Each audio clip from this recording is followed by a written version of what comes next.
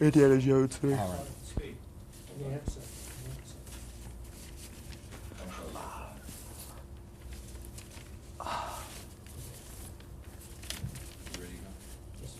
Bill?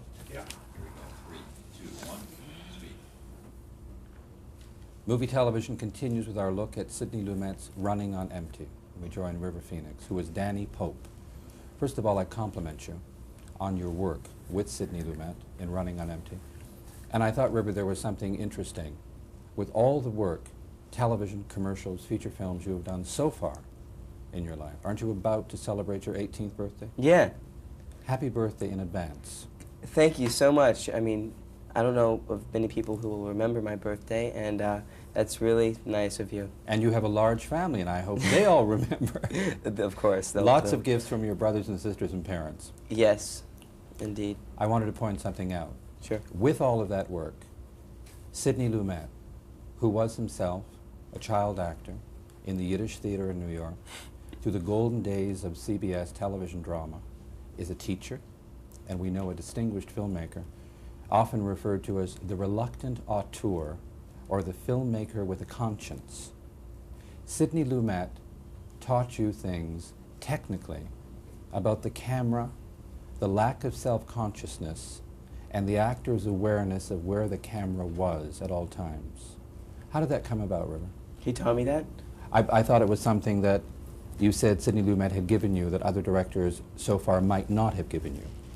Oh, definitely. He is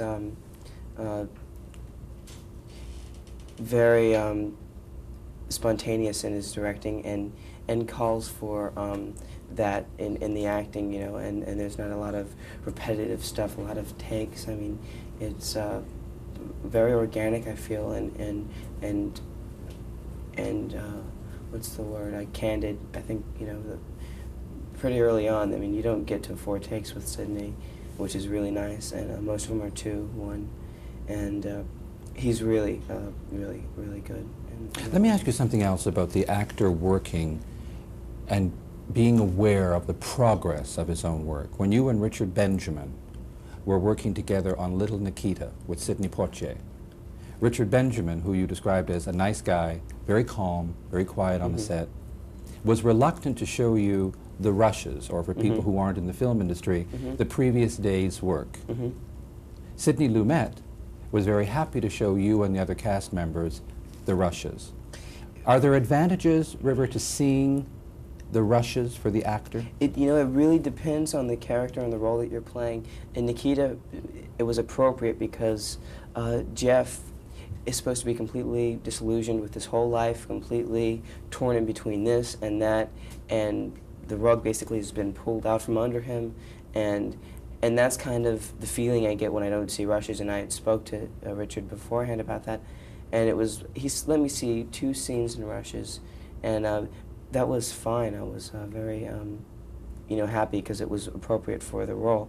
But for something like this, or for something like Mosquito Coast, I saw the rushes on, and it works fine with me. I don't get self-conscious with them at all, or it helps you stand back. When I see rushes, I'm not there as character watching the rushes, because then that makes you self-conscious. If you're there as River watching something that you're detached from, it confirms who that character is and just makes that image more vivid in your mind, so you can go into that, and it helps me a lot. It really enforces my character.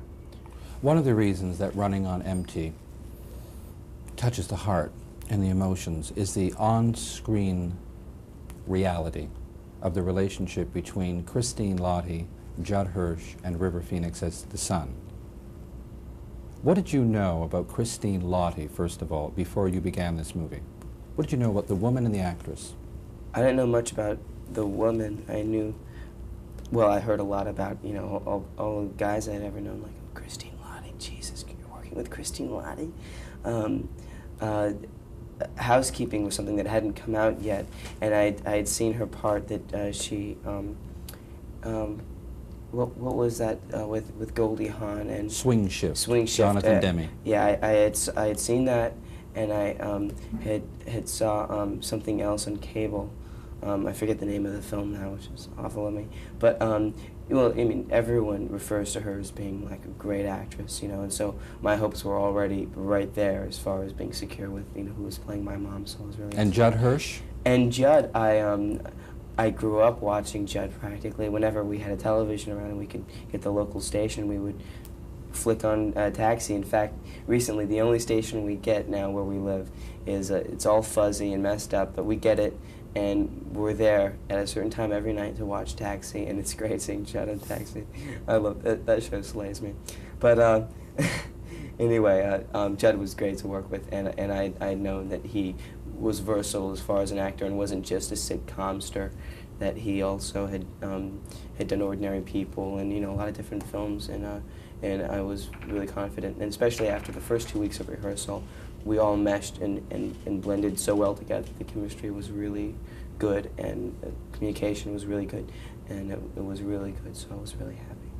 River, while your film debut may have been with Joe Dante in Explorers, as a Canadian citizen, I'm curious about, not only because of the impact Rob Reiner's Stand By Me had on all of us as moviegoers, but you worked with Kiefer Sutherland at a turning point in his professional life. Mm-hmm.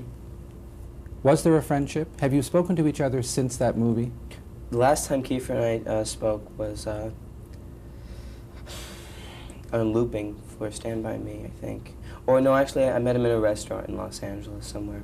I have not spoken to him, although there's a film that I'm now looking at that he stars in, and so, I mean, there's a chance that I might be playing along with him. But no, I haven't talked to him, but I really do like his work, and I stood in awe back then when we did Stand By Me. I mean, he had this vibe and control that was just so definite. I mean, you just wanted to be able to walk in his shoes, as far as he seemed like a real secure guy, you know, really in control of everything, which was really cool. Well, River, while you go off to do your role in the new Indiana Jones movie, I compliment you on your work with Sidney Lumet on Running on Empty. Perhaps we'll see you, like your co-star Martha Plimpton, sometime in Toronto, making a movie. I would love to be in Toronto. I'd love to visit Canada. Good, then you can bring your 12-string guitar and play that song you wrote about you and Martha. I wrote a song about Martha and I thought you composed a composition that had During something Running to on do. Empty, I wrote a song about the characters, Danny and Lorna, and did a little 24-track demo on my 17th birthday, and it turned out quite fun. It's kind of like a vaudevillian type song with piano and cello, and it's fun. Well, now you must do one for your 18th birthday and keep this going. I already had done one for my 18th There you are, birthday. and we will meet again. I thank you. Very nice talking to you. My pleasure. Thank you. Okay. Movie Television, New York. You guys, was it the fly?